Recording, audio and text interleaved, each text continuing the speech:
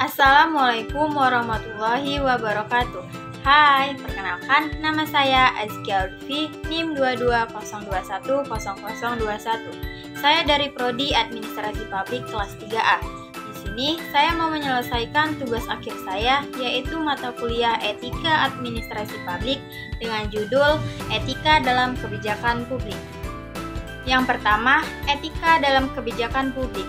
Etika dalam kebijakan publik adalah suatu bidang yang mempelajari tentang nilai-nilai, norma, dan prinsip-prinsip yang menjadi dasar bagi perilaku, tindakan, dan keputusan para penyelenggara pelayanan publik. Etika publik sangat diperlukan dalam era reformasi dan otonomi daerah seperti saat ini, karena tantangan dan kompleksitas kebijakan publik semakin meningkat. Etika publik dapat membantu para pengambil kebijakan publik untuk menghindari penyalahgunaan wewenang, korupsi, nepotisme, kolusi, dan praktik-praktik tidak etis lainnya. Etika publik juga dapat membantu para pengambil kebijakan publik untuk merespon kebutuhan, aspirasi, dan kepentingan masyarakat secara adil, efektif, dan efisien. Etika publik juga dapat membantu para pengambil kebijakan publik untuk berkolaborasi, berkoordinasi, dan berkomunikasi dengan berbagai pihak yang terlibat atau terpengaruh oleh kebijakan publik, seperti pemerintahan, swasta, masyarakat sipil, media, akademisi, dan lain-lain. Selanjutnya, apa tujuan etika dalam kebijakan publik dan apa manfaat etika dalam kebijakan publik? Etika publik bertujuan untuk meningkatkan kualitas, akuntabilitas, dan transparansi dalam penyusunan dan pelaksanaan kebijakan publik yang berdampak pada kesejahteraan masyarakat. Etika publik juga berkaitan dengan tanggung jawab sosial, moral, dan hukum dari para pengambil kebijakan publik. Yang kedua, manfaat etika dalam kebijakan publik. Yang pertama, menghindari penyalahgunaan wewenang, korupsi, nepotisme, kolusi, dan praktik-praktik tidak etis. Yang kedua, merespon kebutuhan, aspirasi, dan kepentingan masyarakat secara adil, efektif, dan efisien. Yang ketiga, berkolaborasi, berkoordinasi, dan berkomunikasi dengan berbagai pihak yang terlibat atau terpengaruh oleh kebijakan publik. Pembahasan kedua tentang kebijakan sosial. Kebijakan sosial adalah salah satu topik yang menarik untuk kita bahas. Kebijakan sosial salah satu bentuk dari kebijakan publik yang merupakan ketetapan pemerintahan yang dibuat untuk merespon isu-isu yang bersifat publik, yakni mengatasi masalah sosial atau memenuhi kebutuhan masyarakat banyak. Kebijakan sosial ia ketetapan yang dirancang secara kolektif untuk mencegah terjadinya masalah sosial, mengatasi masalah sosial, dan mempromosikan kesejahteraan sebagai wujud kewajiban negara dalam memenuhi hak-hak sosial warganya. Kebijakan sosial adalah salah satu pemerintahan yang bertujuan untuk meningkatkan kondisi kehidupan penduduk melalui serangkaian tindakan yang menjamin akses ke layanan-layanan penting. Pembahasan ketiga tentang analisis kebijakan sosial.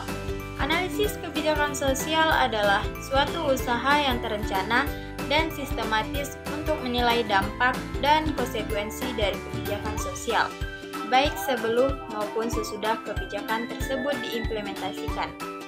Kebijakan sosial adalah ketetapan pemerintahan yang bertujuan untuk meningkatkan kualitas hidup masyarakat melalui pemberian berbagai tunjangan, pelayanan, dan program sosial.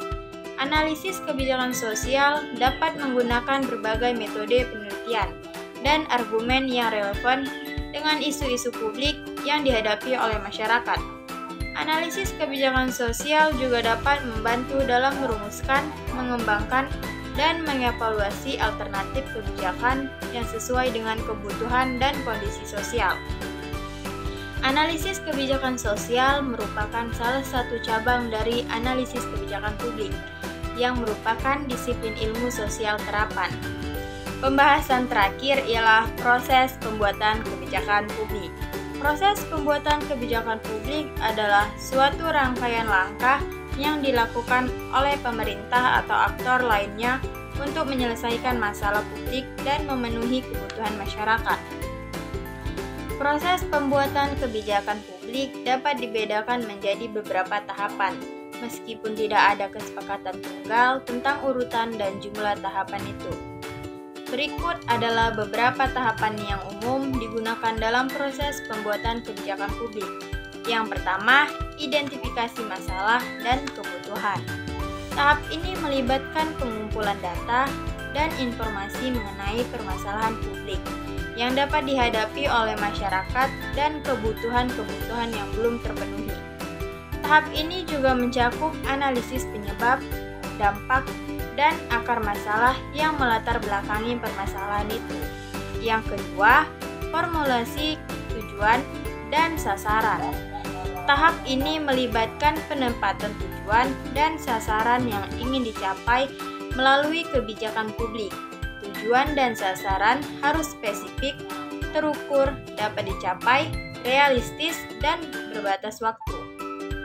Tahap ini juga mencakup identifikasi, indikator, dan kriteria keberhasilan kebijakan. Yang ketiga, implementasi kebijakan. Tahap ini melibatkan pelaksanaan kebijakan yang telah diadopsi atau dilegitimasi. Tahap ini mencakup penyusunan, rencana, anggaran, sumber daya, dan mekanisme pelaksanaan kebijakan. Tahap ini juga mencakup pemantauan, pengawasan, dan koordinasi antara berbagai pihak yang terlibat dalam implementasi kebijakan. Yang terakhir, perumusan alternatif kebijakan. Tahap ini melibatkan pengembangan berbagai pilihan atau alternatif kebijakan yang dapat digunakan untuk mencapai tujuan dan sasaran yang telah ditetapkan. Alternatif kebijakan harus didasarkan pada analisis masalah dan kebutuhan, serta mempertimbangkan berbagai faktor seperti kelayakan, efektivitas, efisiensi, keadilan, dan akuntabilitas. Contoh kasus etika dalam kebijakan publik pada kasus Prita Mulyasari. Kasus ini bermula ketika seorang ibu bernama Prita curhat melalui jejaring sosial Facebook mengenai pelayanan rumah sakit Omni Internasional yang tidak memadai di Tangerang. Prita mengeluh bahwa rumah sakit menagih biaya yang tidak wajar dan tidak memberikan diagnosis yang jelas, tidak memberikan pelayanan yang baik. Akibat curhatannya, Prita dijerat dengan pasal pencemaran nama baik oleh rumah sakit dan dituntut membayar ganti rugi sebesar 1,3 miliar rupiah. Kasus ini menimbulkan kontroversi dan simpati dari masyarakat yang menganggap bahwa Prita hanya menyampaikan haknya sebagai konsumen dan korban. Kasus ini juga menunjukkan adanya ketimpangan kekuasaan antara pihak rumah sakit dan pihak pasien, serta adanya pelanggaran etika dalam kebijakan publik, khususnya etika transparansi, akuntabilitas, dan keadilan. Kasus Prita Mulyasari akhirnya berakhir dengan dibebaskannya Prita dari segala tuntutan hukum, setelah Mahkamah Agung membatalkan putusan pengadilan tingkat pertama dan banding yang sebelumnya memenjarakan Prita. Kasus ini juga menjadi momentum bagi pemerintah untuk merevisi Undang-Undang Nomor 8 Tahun 1999 tentang perlindungan konsumen agar lebih memberikan perlindungan dan kepastian hukum bagi konsumen, khususnya dalam bidang kesehatan. Itulah tadi contoh dari kasus etika dalam kebijakan publik yang bisa saya sampaikan. Sekian materi yang bisa saya sampaikan. Bila ada kesalahan dan kekurangan saya mohon maaf. Saya akhiri wabillahi taufik wal hidayah. Wassalamualaikum warahmatullahi wabarakatuh.